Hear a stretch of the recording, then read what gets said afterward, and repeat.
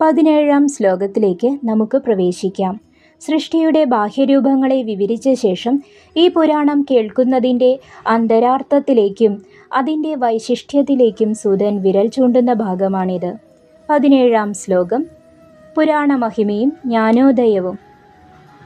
ഈ പുരാണം കേൾക്കുന്നത് കൊണ്ട് ചിത്തത്തിന് അഥവാ മനസ്സിന് സംഭവിക്കുന്ന മാറ്റത്തെക്കുറിച്ചാണ് ഇവിടെ പറയുന്നത്. ഏതത് സർവം ശ്രുതം വത്സ പുരാണം പരമോത്തമം യശ്രുത്വാമുച്യതേ ജന്തുഃ സംസാരബന്ധനാന്മുനേ. പദാനുപദ അർത്ഥം.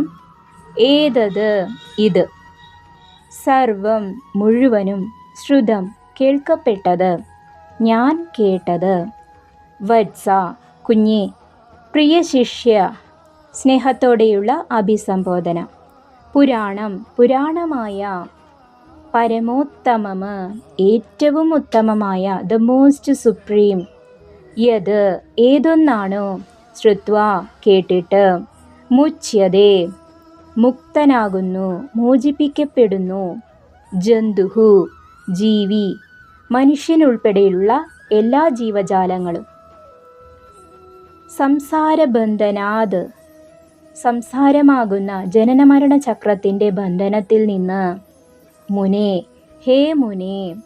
ഈ ശ്ലോകത്തിൻ്റെ സാരം.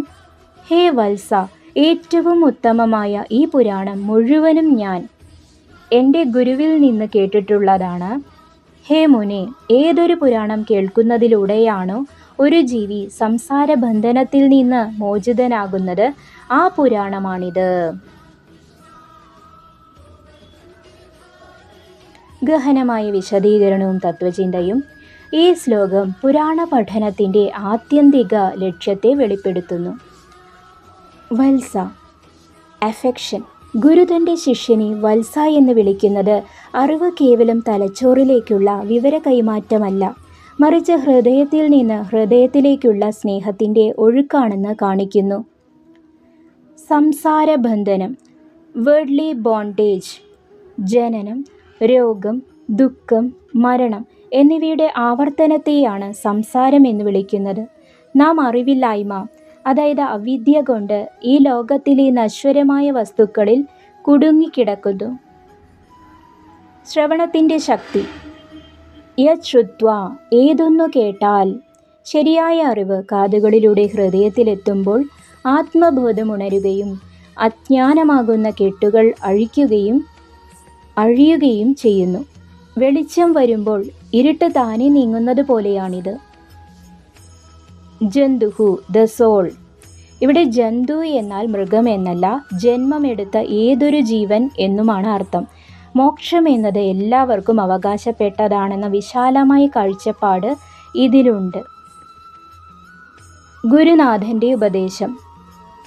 വത്സ, പുസ്തകങ്ങൾ വായിക്കുന്നതും ശ്ലോകങ്ങൾ പഠിക്കുന്നതും പണ്ഡിതനാകാൻ വേണ്ടിയാകരുത്, മറിച്ച് നിന്റെ മനസ്സിനെ ബന്ധിച്ചിരിക്കുന്ന അനാവശ്യ ചിന്തകളിൽ നിന്നും ആകുലതകളിൽ നിന്നും മുക്തി നേടാൻ വേണ്ടിയാകണം.